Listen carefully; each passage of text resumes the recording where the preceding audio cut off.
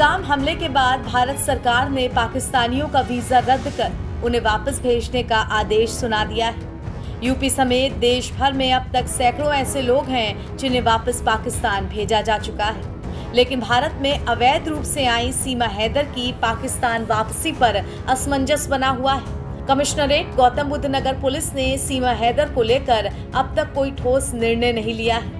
विदेशी पंजीकरण कार्यालय यानी FRO से सीमा हैदर के दस्तावेज सत्यापन संबंधी जवाब नहीं आया है। ऐसे में न्यायालय में अब तक चार्जशीट दाखिल नहीं हो पाई। पुलिस अधिकारियों के मुताबिक सीमा हैदर को लेकर फिलहाल कोई नया निर्देश नहीं आया है।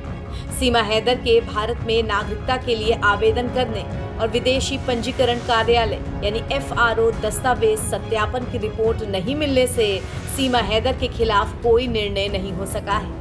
पुलिस अधिकारियों का कहना है कि सीमा का मामला अलग तरीके का है और न्यायालय में विचाराधीन है। जैसे ही अगला आदेश मिलेगा वैसे ही आगे की कार्रवाई की जाएगी। पहलगाम में आतंकी हमले के बाद सभी पाकिस्तानी नागरिकों को तय समय के भीतर वतन वापसी भेजने का निर्णय लिया गया।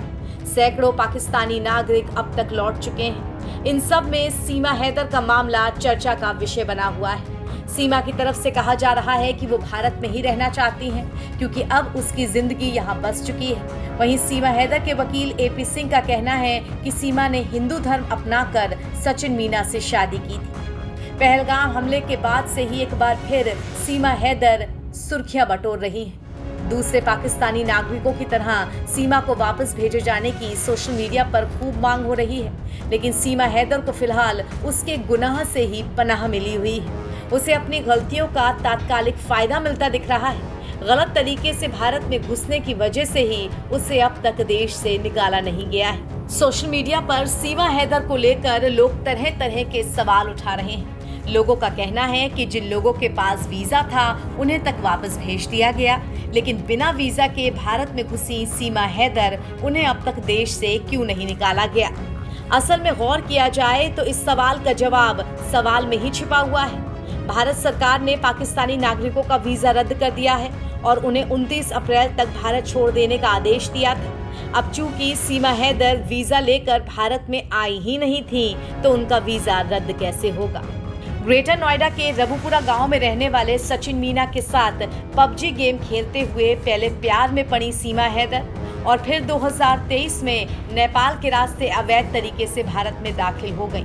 वो पहले पाकिस्तान से दुबई गई थी और फिर वहां से नेपाल पहुंची थी। भारत का वीजा हासिल किए बिना ही सीमा हैदर ग्रेटर नोएडा पहुंच गई। वहीं उधर सीमा हैदर के वकील AP सिंह का कहना है कि सीमा हैदर ने नेपाल में सचिन मीना से हिंदू रीति रिवाजों के अनुसार शादी की है और अब उनकी एक बेटी भारती मीना भी है। इसीलिए सीमा हैदर को भारत में रहने दिया जाए। NBT ऑनलाइन की रिपोर्ट।